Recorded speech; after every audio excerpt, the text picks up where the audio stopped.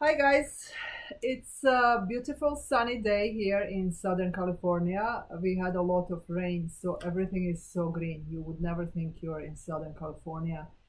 It looks more like Ireland or something like that. But today I actually wanted to talk to you about something very important. Well, first, let me introduce myself. My name is Dalila Jusik Laberge, and I'm a licensed marriage and family therapist. Uh, I help divorced women deal with difficult emotions that lead to insecurity so they can find love and love again. So, what I want to talk about is one of the very common emotions today. You may guess it's anger. And more specifically, I'll talk about anger towards your ex. Uh, I will actually share something very powerful with you. I will share one thing that you can start doing right after we finish this video to actually start shifting your thinking and start changing your future. Uh, so bear with me a little bit. Back to anger. Um Anger towards your ex. It's quite natural that you feel angry uh, when you think or talk about your ex. There are reasons why a relationship didn't work out, and at the same time, we know that people who are closest to us, such as our partners, are able to actually trigger us the most in this regard. They can bring up so much of these vulnerable emotions, but usually the way that it turns out in our life is this anger and bitterness, and we can stay stuck in this for years to come. But I would like to invite you to consider changing the way you handle it in your life. And I'm not talking just about handling anger management. It's more about dealing with these deeper emotions, because as you know, anger is not primary emotion. Below that anger, there is so much of other emotions that are more vulnerable, uh, like feeling hurt, feeling worthless, feeling unloved, feeling betrayed, and so much. So I also don't want to tell you, don't be angry. Anger is actually a very important emotion for our social and emotional functioning. It's a natural emotion that actually gives us sometimes information on what we need to do. Sometimes we need to protect ourselves, or we need to set clear boundaries. But it all depends on how you handle it. On the other hand, anger can actually be a very powerful tool in your life for both self discovery, which will lead to better choices in life, and also it can actually help you improve relationships in your life, if you can believe that. For instance, the way you would do such a thing, let's say, talk about relationship with a man. Uh, if you, let's say, there's something that didn't sit well with you, uh, that your partner or husband or anybody else for that matter said, uh, and how you deal with that. There are three ways that we can deal with that. One is we can just kind of be quiet, which is very often we do this when we are intimidated to come across as angry, because we women are often uh, taught that anger is not appropriate for us to express. It's ugly. So we just kind of learn to quiet that down and never express it appropriately or inappropriately. Some of us may be these rebels who just kind of express it, and we learn to shoot from the hip, as they say, and that definitely might assert us in so many situations to protect us from different triggering situations and threatening situations, whether it's like for us socially or literally physically. But that can also cause us to lose a lot on quality and developing relationships. It can actually affect us to be this hardened person that can't develop, that has difficult time, should I say more appropriately, has difficult time in developing close relationships with people because they're too scared, and they scare people off. Uh, and finally, there is a way which you probably know.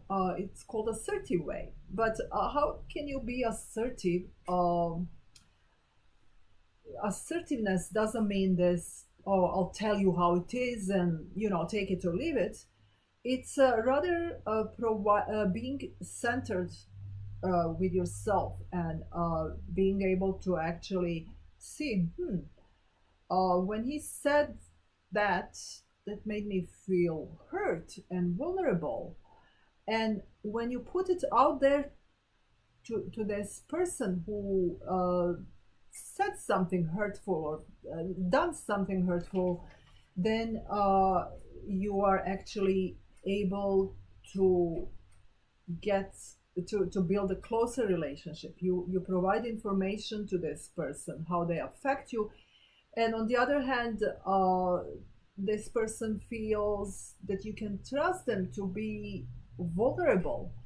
And being vulnerable in this case is actually not weak, it's very strong uh, way of expressing yourself. You're basically setting boundaries and saying, you know what, this is not okay with me.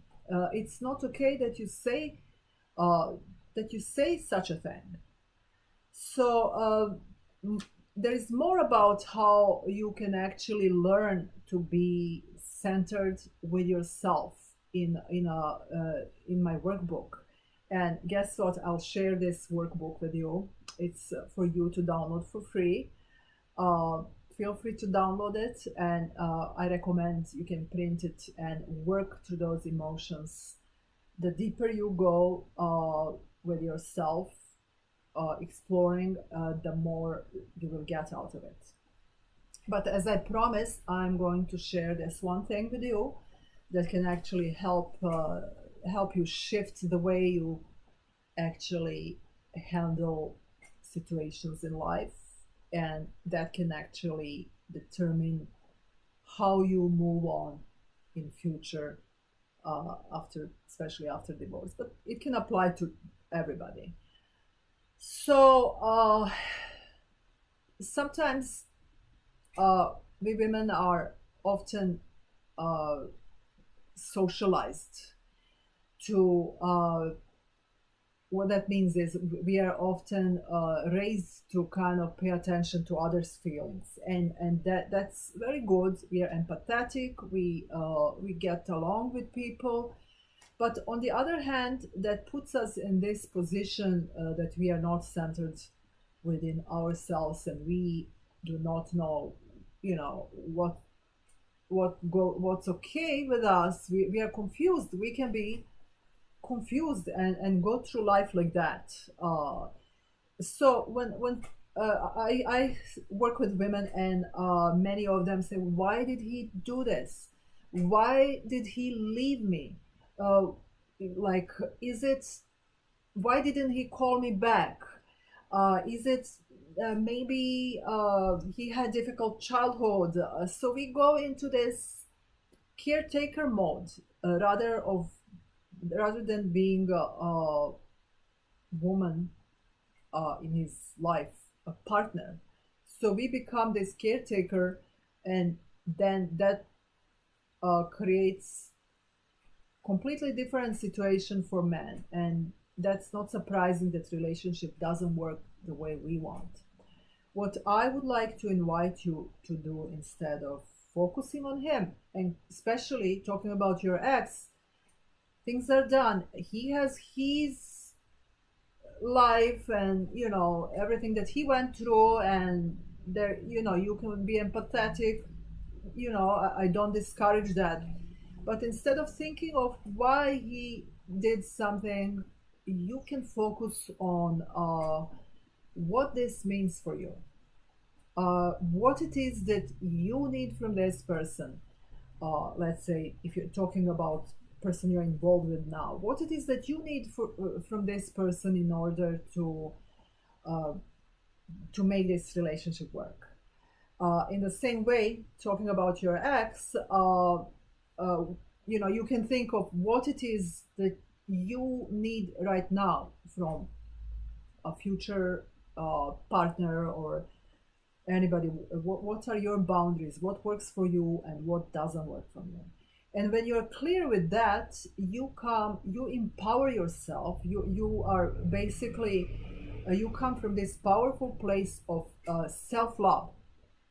Self-love doesn't mean hatred towards others. You come from a place of self-love, and from there, you will get much better results when interacting with men or people in general. So, thank you. I hope you download my video, my workbook, and I hope to hear from you on how you liked it. Um, Feel free to contact me.